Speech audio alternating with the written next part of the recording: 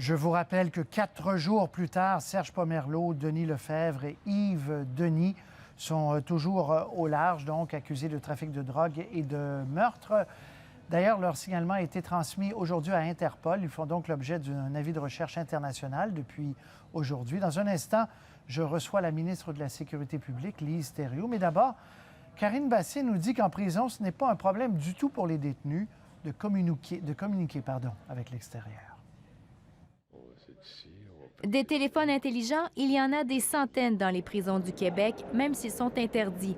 La preuve, un des 3 évadés du Centre correctionnel de Québec, Denis Lefebvre, commentait les photos de son fils pendant qu'il était en prison. Daniel Benson, qui travaille avec les détenus, explique que dans les centres correctionnels du Québec, les mesures de sécurité sont beaucoup moins sévères que dans les institutions fédérales. C'est sûr qu'au niveau fédéral, ça arrive qu'ils vont saisir des téléphones cellulaires, mais c'est je vous dirais, c'est des événements très isolés.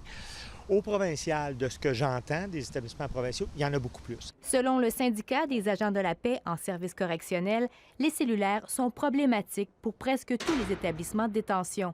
S'il y a un cellulaire, il y a donc accès Internet. Les détenus peuvent donc communiquer facilement avec l'extérieur. Il y a beaucoup plus d'entrées et de sorties dans les prisons provinciales et il y a moins de mesures de sécurité, je vous dirais, à l'entrée des établissements parce qu'il y a beaucoup de roulements. Vous savez, quand on rentre dans un pénitentiaire fédéral, il y a nécessairement un portique de détection de métal. Si on sonne, ils vont nous fouiller avec un bâton détecteur de métal. Il y a des chiens renifleurs.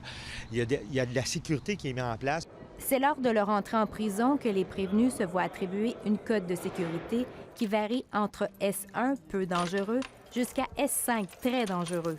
Jean Lortie a été sous-ministre associé et directeur général des services correctionnels entre 2007 et 2010. Il affirme que c'est un agent de classement qui accorde une cote de sécurité aux détenus. Une cote attribuée sur la base des informations transmises par les policiers. 90 je dirais au moins, de l'information vient des corps de police. Qui ils ont arrêté, pourquoi ils le détiennent, quelles sont les accusations qui vont être portées, est-ce que l'individu fait partie d'un groupe criminalisé. Alors, ce sont ces informations-là qui vont servir à faire un classement. Plusieurs observateurs se demandent toujours pourquoi la cote de sécurité de Denis Lefebvre, Yves Denis et Serge Pomerleau avait été réduite alors que les policiers de la Sûreté du Québec avaient déjà informé les autorités carcérales que les 3 fugitifs planifiaient de s'évader par hélicoptère. Ici Karine Bastien, Radio-Canada, Montréal. La ministre Lise Thériault est avec nous. Bonsoir, Mme Thériault. Bonsoir, M. Roy. Mme Thériault, donc, ce qu'on comprend, c'est que pour vous, et vous êtes ministre de la Sécurité publique, il y a beaucoup de confusion dans la trame, dans l'histoire depuis samedi, là. Il y a des choses que vous ne comprenez pas vous-même, là. Je ne dirais pas tellement de la confusion comme des contradictions dans la transmission d'informations qui sont mises à la disposition de mon cabinet, évidemment. Vous n'êtes pas sans savoir que dans cette évasion-là, il faut comprendre que la Sûreté du Québec, elle est impliquée au dossier de par la nature même, les centres correctionnels, le ministère de la Justice et la Sécurité publique, qui est mon ministère. Donc, moi, comme ministre, je dois demander, je pose des questions, je m'attends à avoir de la bonne information, je m'attends à avoir de l'information complète, je ne m'attends surtout pas à avoir de l'information contradictoire. Quand on me dit qu'il fait beau dehors, je prends pour acquis qu'il fait beau. Quelle information est contradictoire? Donnez-moi un exemple précis là, dans le dossier. Bien, il y a des informations que je ne peux pas vous donner parce que je ne veux pas biaiser ce qui se passe devant nous. J'ai déclenché une commission, pas une commission, mais une enquête publique, M. Roy, parce que les informations ne sont pas au rendez-vous. Et ça prend l'information si on veut prendre des décisions. Et si je veux répondre à vos questions, si je veux rassurer la population, si je veux répondre aux questions de la population, j'ai besoin d'informations. Je vais poser une question. Qu'il y a une enquête administrative. Je vais poser une question très simple. Oui. À partir du moment où la Sûreté du Québec alerte les autorités carcérales qu'il y a un complot pour évasion, ça, c'est sorti, nos journalistes l'ont, d'autres journalistes l'ont aussi, c'est une information qui est béton. À partir du moment où la SQ alerte la prison, qu'est-ce qui est arrivé d'après vous? On a mis ça de côté comme information. Pourquoi on n'a pas tenu compte de cette information-là? Ça fait partie du questionnement qui est là, M. Roy, aussi simple que ça. Puis je peux ajouter également que vous savez qu'il y a un procès qui se déroule présentement à Québec où les 3 fugitifs sont impliqués. Il y a des requêtes qui ont été présentées. Il y a un juge qui a rendu des ordonnances. tout est frappé d'un interdit de non-publication. Et il est évident que c'est lié. Donc, j'ai de l'information que je ne peux malheureusement pas vous donner parce que sinon, je risque de faire avorter un procès et c'est pas ce que je veux, croyez-moi. Non, d'accord. Mais je vais reposer la question différemment. Vous êtes au courant, comme nous, donc forcément, que la Sûreté du Québec savait que ces 3 gars-là voulaient partir. Oui. Bon.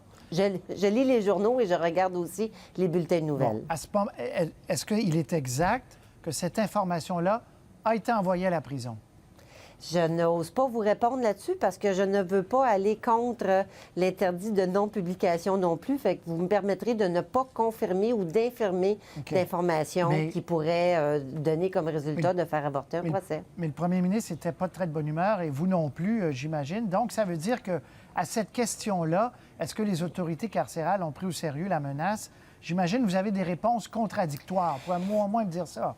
Nous avons des réponses contradictoires sur beaucoup de questions que nous posons. Donc, c'est la raison pour laquelle les 3 entités qui sont sous ma responsabilité, c'est-à-dire la Sûreté du Québec, les centres de détention, le ministère de la Sécurité publique, et je joins à ça le ministère de la Justice, puisqu'il est interpellé, fera partie de ce sur quoi l'enquêteur va se pencher. Ce qu'il faut comprendre, M. Roy, c'est que il y a les événements qu'on a devant nous avec les 3 évasions, mais il faut regarder l'ensemble de l'œuvre. Qu'est-ce qui a précédé cette évasion-là? Quelles ont été les prémices, les conditions? Il faut remonter jusqu'au mois de mars 2013. À partir du moment où, en mars 2013, il y a déjà eu une tentative d'évasion. On a repris les bandits, tant mieux. Il faut se poser la question, qu'est-ce qu'on a fait? Parce qu'il faut éviter ça.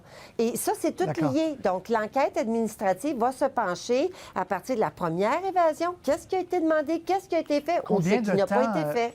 Combien de temps, cette enquête-là? Vous donnez combien de temps pour qu'elle soit bouclée, l'enquête? D'ici vendredi, vous aurez le nom de la personne qui mènera l'enquête, vous aurez le mandat exact et vous aurez également l'échéancier.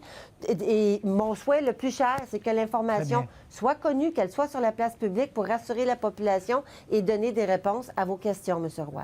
En terminant, Mme la ministre, est-ce que vous excluez que quelqu'un dans la prison a été acheté carrément par ces 3 fugitifs? Bien, moi, je pense que l'enquêteur au dossier va vraiment faire la lumière sur toutes ces questions-là, parce que c'est sûr qu'il y a plusieurs intervenants qui sont interpellés, puis ça permet vraiment de pouvoir faire la lumière sur ce qui s'est passé. Ça va faire partie des questions qui seront étudiées, c'est évident. Combien de prisons actuellement sont possiblement sujettes à ce genre d'évasion-là au Québec? Je peux vous donner l'information. Il y a présentement au Québec 18 centres de détention qui sont sous notre responsabilité. Nous avons demandé à avoir 13 de nos centres de détention qui pourraient être couverts par un interdit d'espace aérien, si vous voulez.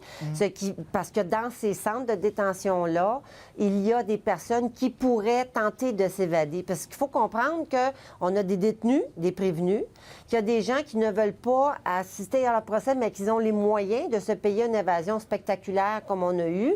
Donc, on a évalué le risque, c'est dans les choses qu'on a fait.